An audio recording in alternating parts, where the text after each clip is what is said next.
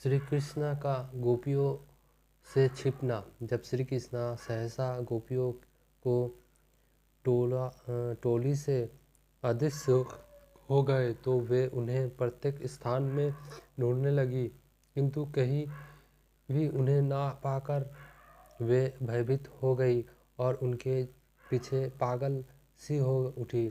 वे अत्यंत प्रेम तथा स्नेह से श्री कृष्ण की लीलाओं का ही चिंतन करने लगी। उनके ध्यान मग्न होने के कारण उनकी स्मृति जाती रही और अश्रुपूरित नेत्रों से वे श्री कृष्ण की सारी लीलाएं, उनके साथ हुए सुंदर वार्तालाप, उनके आलिंगन, चुंबन तथा अन्य कार्यकलाप देखने लगी। श्री कृष्ण के प्रति अत्यधिक आकृष्ट होने से वे उनके नाचने, चलने, हंसने का इस तरह अनुकरण करने लगी मानो वे स्वयं श्री कृष्ण हो। श्री कृष्ण के ना होने से वे सब पागल हो उठी। वे एक दूसरे से कहने लगी कि वे ही स्वयं श्री कृष्ण हैं। वे सब शीघ्र ही एकत्र हो गई और जोर जोर से श्री कृष्ण नाम का उच्चारण कीर्तन करने लगी। वे उन्हें ढूंढते ढूंढते जंगल के एक एक सिर से दूसरे सिरे तक पहुंच गई। वस्तु तो भगवान श्री कृष्ण सर्वव्यापी है। वे आकाश में है, वन में है, हृदय के भीतर है और सर्वत्र विराजमान है। अतः गोपियों, वृक्षों तथा पौधों से श्री कृष्ण के विषय में पूछने लगी। जंगल में उन अनेक प्रकार के बड़े तथा छोटे वृक्ष थे। गोपियों इन वृक्षों को संबोधित करने लगी। हे वट वृक्ष, क्या तुमने नंद महाराज के पुत्रों को इधर से जाते हंसते तथा बंसी बजाते देखा है? वह हमारे चित्त चुराकर चला गया है। यदि तुमने उसे देखा है तो हमें बताए कि वह किधर गया है। हे प्रिय अशोक वृक्ष, हे नागपुष्प के वृक्ष, हे चंपक वृक्ष, तुम ही बता दो कि क्या बलराम के छोटे भाई को इधर से जाते देखा है? वे हमारे गर्भ के कारण अंतर्ध्यान हो गए हैं। गोपियों को श्री कृष्ण के अंतर्ध्यान होने का कारण ज्ञात था। वे जानती थी कि जब वे श्री कृष्ण के साथ आनंदमग्न थी तो वे अपने को ब्रह्मांड की सर्वाधिक भाग्यशालिनी स्त्रियों समझ रही थी और क्योंकि अपने को गर्वित अनुभव कर रही थी, अतः श्री कृष्ण अनेक गर्व का दमन करने के लिए तुरंत अंतर्ध्यान हो गए हैं। श्री कृष्ण नहीं चाहते कि उनके प्रति कोई गर्ह सेवा, उनके प्रति की गई सेवा के लिए उनके भक्त गर्वित हो। वे हर एक की सेवा स्वीकार करते हैं, किंतु वे यहाँ नहीं चाहते हैं कि एक भक्त अपने को दूसरे से अधिक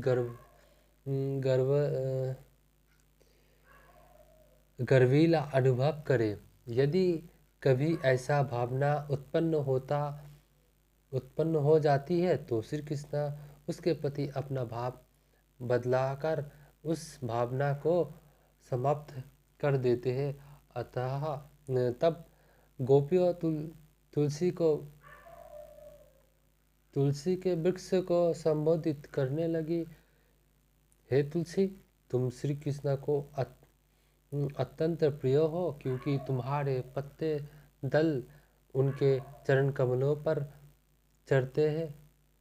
हे मालती, हे मल्लिका, हे चमेली, हमें दिव्य आनंद प्रदान करने के बाद इधर से जाते हुए श्री कृष्ण ने तुम सबका अवश्य स्पर्श किया होगा। क्या तुमने माधव को इस ओर से जाते देखा है? हे आम्रवृक्ष, हे कटहल, हे नाशपाती तथा आसन वृक्ष, हे जामुन बेल वृक्ष तथा कदम्ब पुष्प के वृक्ष, तुम सब यमुना के तट पर रहने के कारण अत्यंत पवित्र हो। इधर से श्री कृष्ण अवश्य गए होंगे। क्या तुम सब बता सकोगे कि वे किस ओर गए हैं? तत्पश्चात गोपियों ने जिस पृथ्वी पर वे चल रही थी उसे संबोधित करना प्रारंभ किया। हे पृथ्वी, हमें ज्ञात नहीं कि अपने श्री कृष्ण के चरण चिन्हों को अपने ऊपर धारण करने के लिए कितना तप किया होगा। अब बड़ी प्रसन्न चित्त है। ये प्रमोदित वृक्ष तथा पौधे आपकी रोमावलीय है। श्री कृष्ण अवश्य ही आप पर अत्यधिक प्रसन्न रहे होंगे, अन्यथा वराह रूप में उन्होंने आपका आलिंगन क्यों किया होता? जब आप जलमग्न थी तो उन्होंने आपका सारा भार अपने दांतों पर उठाकर आपका उद्धार किया था। अनेक वृक्षों, पौधों और पृथ्वी को संबोधित करने के पश्चात उन्होंने अपना मुंह उन सुंदर हरिणों की ओर फेरा जो उनकी और प्रसन्नतापूर्वक देख रहे थे। उनकी संबोधित करते हुए गोपियों ने कहा, ऐसा लगता है कि साक्षात परम नारायण की श्री कृष्ण अपनी संगिनी लक्ष्मी समेत अवश्य इस रास्ते से होकर गुजरे होंगे, अन्यथा यह कैसे संभव है कि यहाँ समीर में उनके पुष्पहार की सुगंध, लक्ष्मी जी के वक्षस्थल में लेप किए गए कुमकुम की सुगंध ये युक्त अनुभव की जा रही है। ऐसा लगता है कि वे यहाँ से अवश्य गुजरे होंगे और उन्होंने तुम्हारी शरीरों का स्पर्श किया होंगे, जिससे तुम सब इतने प्रसन्न लग रहे हो और हमारी ओर करुणा दृष्टि से देख रहे हो। अतः कृपा करके क्या हमें बता सकोगे कि श्री कृष्ण किधर गए हैं? श्री कृष्ण वृंदावन के शुभचिंतक है। वे तुम पर इतने ही दयालु है जितने हम पर, अतः हमें त्यागने का बाद वे अवश्य ही तुम लोगों के संग रहे होंगे। यह भाग्यशाली वृक्ष हम बलराम के छोटे भाई श्री कृष्ण का चिंतन कर रही है। वे अपना एक हाथ लक्ष्मी देवी के कंधे पर रखे और दूसरे हाथ में कमल का पुष्प घुमाते और इधर से गए होंगे और तुम लोगों के नमस्कार करने पर प्रसन्न होंगे और तुम सबके प्रसन्नतापूर्वक निहारा होगा। तब कुछ गोपियों अपनी अन्य गोपी सखियों संबोधित करने लगी, मक्खियों, तुम इन लताओं से क्यों नहीं पूछ रही जो इन विशाल वृक्षों का प्रसन्नतापूर्वक आलिंगन कर रही है, मानो वे इनके पति हो। ऐसा लगता है कि इन लताओं के फूलों को श्री कृष्ण ने अपने नखों से अवश्य ही स्पर्श किया होगा, अन्यथा वे इतनी प्रसन्नता क्यों है? जब गोपियों श्री कृष्ण को इधर उधर खोजकर थक गई तो वे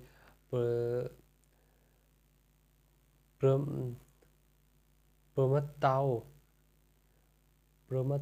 की तरह बातें करने लगी। वे श्री कृष्ण की विविध लीलाओं का अनुकरण करने अपने आपको संतुष्ट करने लगी। एक ने पूतना राक्षसी का अनुकरण किया और दूसरी ने श्री कृष्णा बनकर उसका स्तनपान किया। एक गोपी छकरा बन गई और दूसरी इस छकरे के नीचे लौट कर अपनी टांगे हिलाने लगी, जिससे वे छकरे के पहियों को छू गए। जिस प्रकार श्री कृष्ण ने छकरासुर का वध करने के लिए किया था। एक गोपी बालक कृष्ण का अनुकरण करते हुए भूमि पर लेट गई और एक गोपी तृणावर्त बनकर उस नन्हे बालक कृष्णा को बलपूर्वक आकाश में उठा ले गई। एक गोपी ने श्री कृष्ण का अनुकरण घुटनों के बल चलते तथा अपनी शुद्र घंटिका बजाते हुए किया। दो गोपियों श्री कृष्ण तथा बलराम बनी और अन्य अनेक गोपियों ग्वाल बन गई। एक गोपी ने बकासुर का रूप धरा और दूसरी ने उसे बलपूर्वक पृथ्वी पर गिरा दिया, जैसे बकासुर गिरा था जब उसका वध हुआ था। इस प्रकार एक अन्य गोपी ने वत्सासुर को हराया। जिस प्रकार श्री कृष्ण अपनी गायों को उनके नाम लेकर पुकारते थे, उसी प्रकार गोपियों उनका अनुकरण करने लगी और गायों के उनका नाम लेकर पुकारने लगी। एक गोपी बांसुरी बजाने लगी और दूसरी उसकी वैसे ही प्रशंसा करने लगी। और जिस प्रकार ग्वाले श्री कृष्ण की बंसी बजाते समय कहते थे, एक गोपी दूसरी गोपी को अपनी कंधों पर उसी प्रकार चराने लगी, जिस प्रकार श्री कृष्ण अपने ग्वाल मित्रों को चरा लेते थे। जो गोपी अपनी सखी को इस तरह कंधों पर चराया थे, वह सखी मारने लगी कि मैं कृष्णा हूँ, तुम सब मेरी चाल क्यों नहीं देखती। एक गोपी ने अपने वस्त्र और हाथ उठाते हुए कहा, अब मूसलाधार वर्षा तथा प्रबल चक्रवात से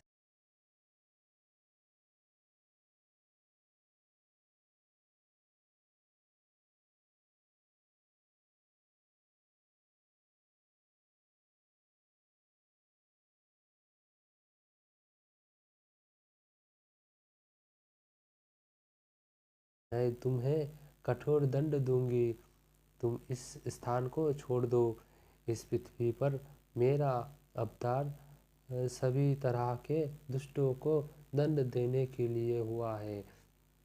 दूसरी गोपी अपनी सखियों से बोली, देखे ना, दावाग्नि को लपेटने हमें निगलने आ रही है।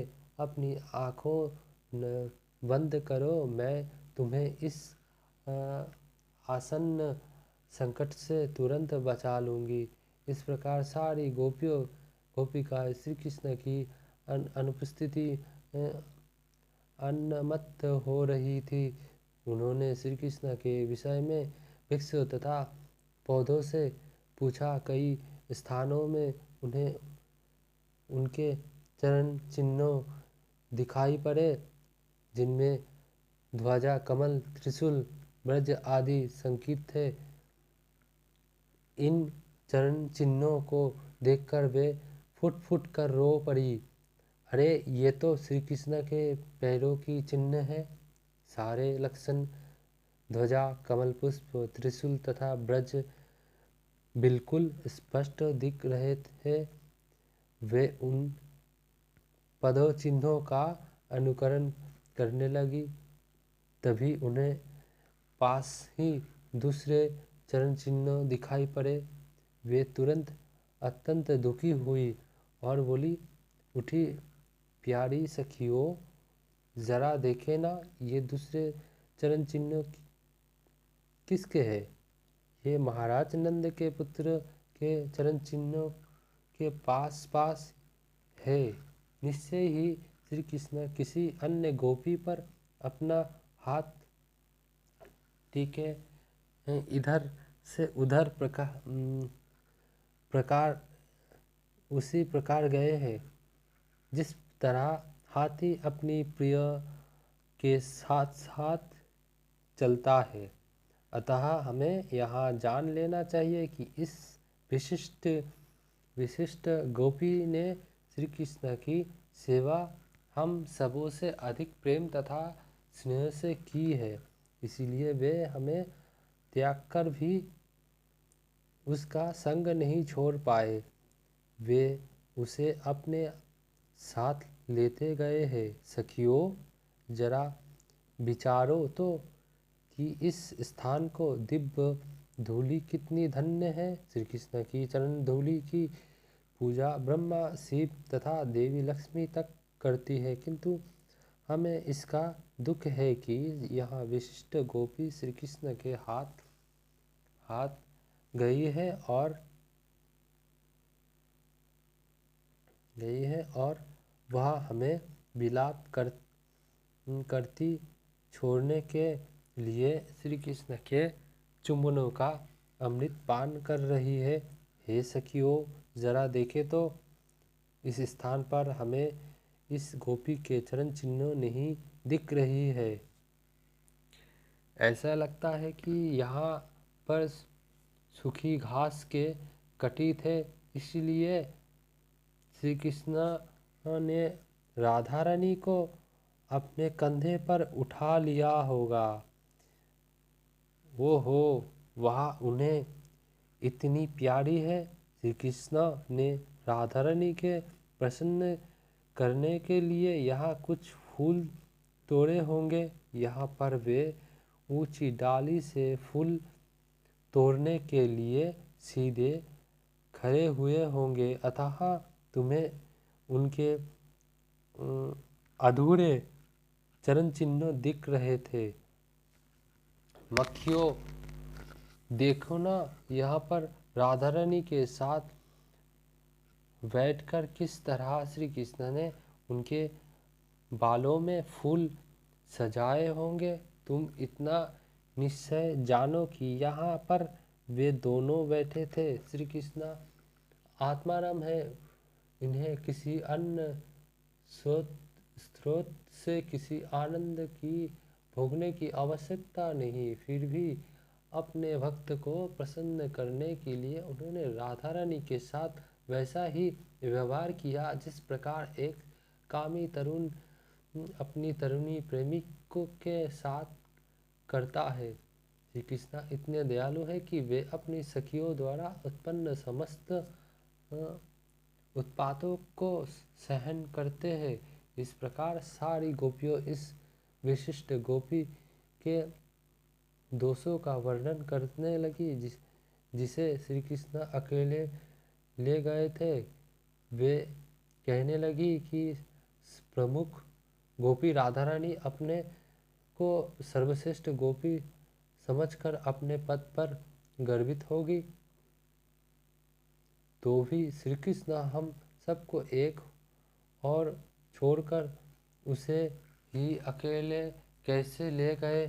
जब तक वहाँ अद्वितीय सुंदरी न हो, वह श्री कृष्ण को घने जंगल में ले जाकर बोली होगी, हे प्रिय कृष्ण, मैं अब बहुत थक गई हूँ, मैं अब और नहीं चल सकती। अब आप मुझे चाहे जहाँ ले जाए, लेकिन उठाकर ले जाओ। जब श्री कृष्ण से उसने इस तरह कहा होगा तो उन्होंने भी राधा रानी से कहा होगा, अच्छा तुम मेरे कंधे पर चढ़ जाओ, किंतु श्री कृष्ण तुरंत अदृश्य हो गए।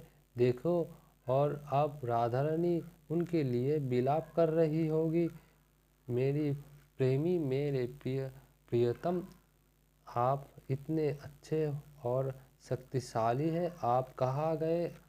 मैं आपकी परम अज्ञातकारिणी दासी हूँ। मैं अत्यधिक दुखी हूँ। कृपया आइए और पुनः मेरे साथ हो लीजिए। किंतु श्री कृष्ण उसके पास नहीं आ रहे होंगे। वे उसे दूर से देख देख कर इसके शोक से आनंदित हो रहे होंगे। तदंतर सभी गोपियों श्री कृष्ण की खोज में जंगल के भीतर दूर तक चली गई। किंतु जब उन्हें पता चला कि सचमुच ही श्री कृष्ण ने राधा रानी को अकेले छोड़ दिया है तो वे अत्यंत दुखी हुई।